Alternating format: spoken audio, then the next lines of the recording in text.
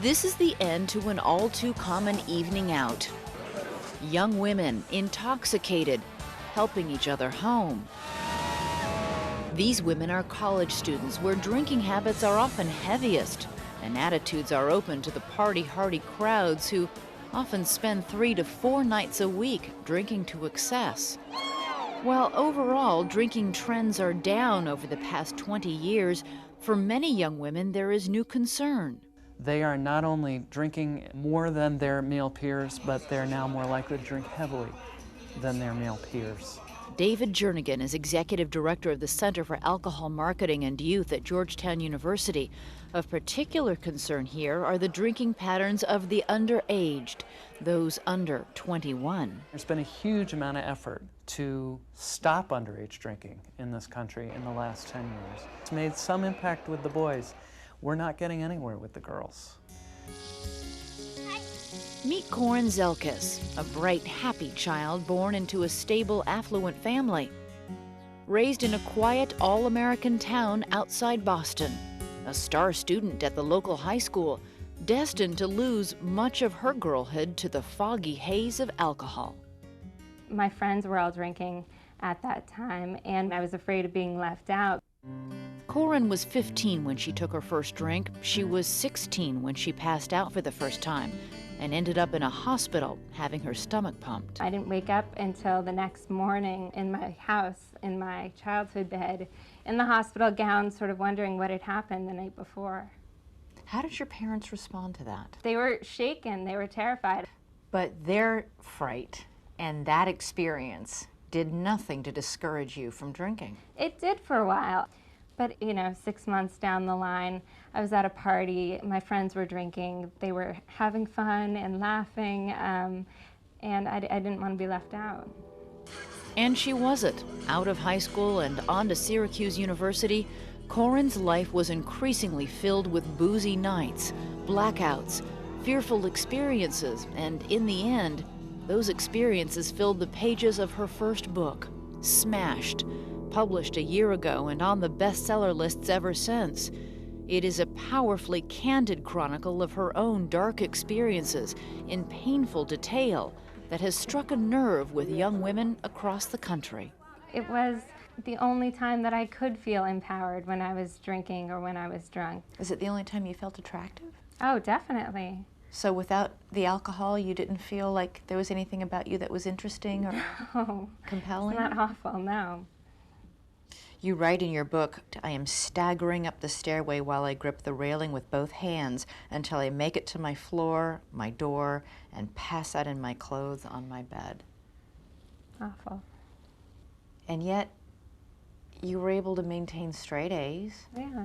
I think it's a myth that you have to be dropping out of school, failing in order to have problems with alcohol. Work hard, party hard. It is a mantra of co-eds at every college and university. We use kind of going out and drinking as seriously a reward for, working hard during the week. For many, this means binge drinking, 4 to 5 drinks within a few hours, and that may be mild. I had a beer at dinner, and before we left, we probably had, 4 or 5 shots, a couple of beers. I haven't had that many is what I think, but if I really think about it, I've been drinking since new. You don't want to know. Girls black out a lot here because I'll go out in the night and I'll buy maybe 1 drink the whole night, and guys, just random people will buy you drinks, so.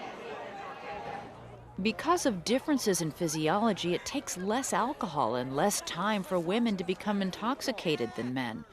And there are consequences. The drinking and driving warnings are loud and clear. The increased risks of sexual assault or unprotected sexual activity are well documented. But a surprising number of youthful drinkers don't know one important fact. If you drink too much, too fast, you can die. The problem is alcohol. Alcohol poisoning with the girls more significantly than with the guys. Boulder, Colorado, home to the University of Colorado. Police here are used to responding to parties on and off campus. One weekend last fall, 9 women were hospitalized for alcohol poisoning. I guess I'm not really too shocked anymore about alcohol ingestion and coming to the ER, and 9 doesn't particularly shock me.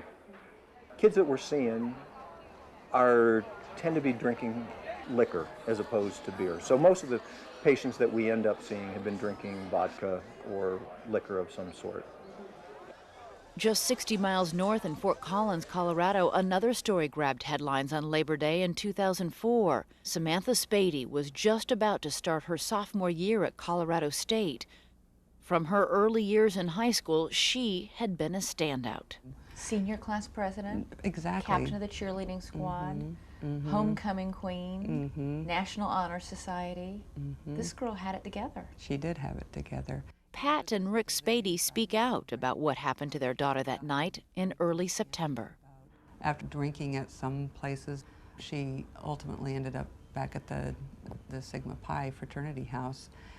That is where the bottle of vanilla-flavored vodka began to be passed around, and that's ultimately where the tragedy starts and ends. Samantha drank and drank the vanilla vodka until she couldn't walk or talk. I truly believe that if alcohol tasted like the poison that it actually is, rather than candy, I don't think you'd have young people as intrigued by it, or it wouldn't go down as easy. Samantha was then taken to a room to sleep it off, a big mistake. She died of alcohol poisoning and was found the next day. And the next thing I recall is the law enforcement officer being at the door. I mean, your knees go out from under you. Your whole life is just suddenly shattered. Just a sadness. I mean, you think about it every day, quite a bit all day. I mean, it's just...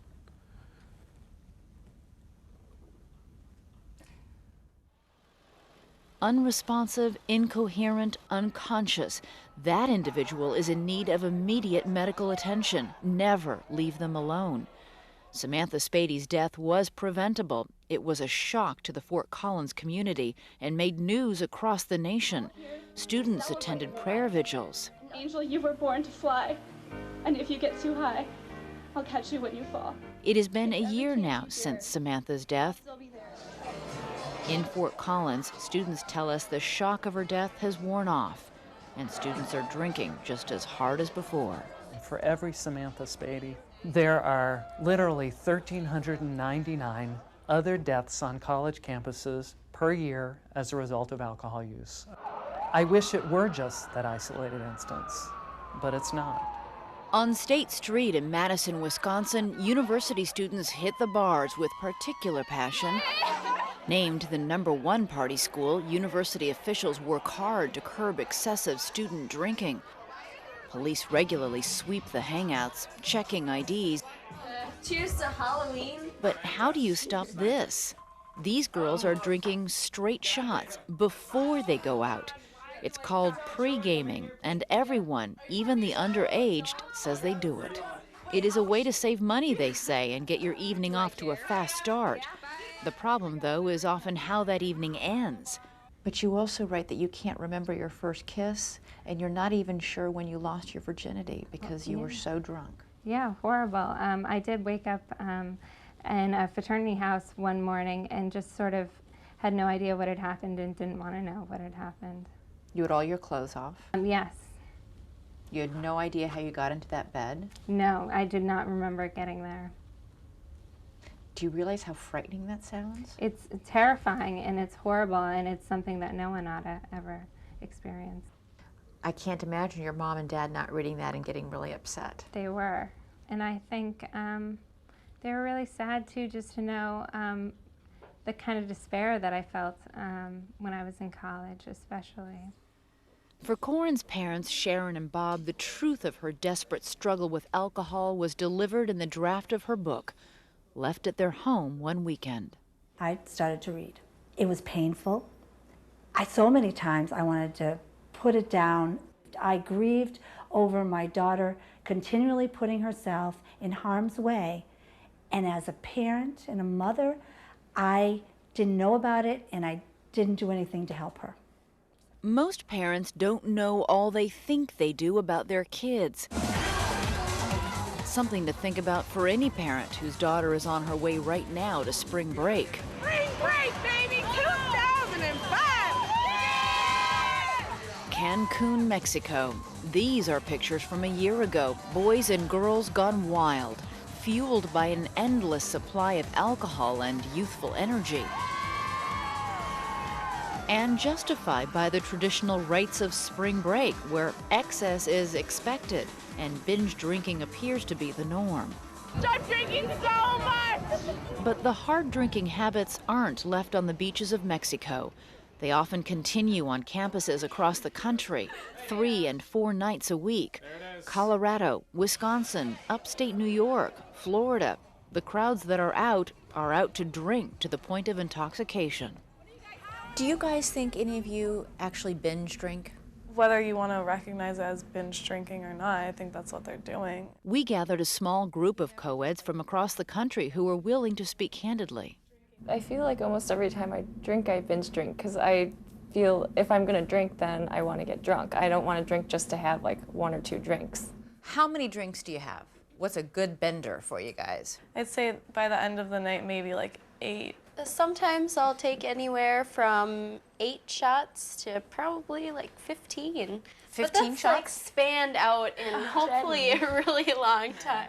I just don't, I lose count. We play lots of drinking games and stuff, so you probably end up drinking like double digits amounts of drinks and you don't even know.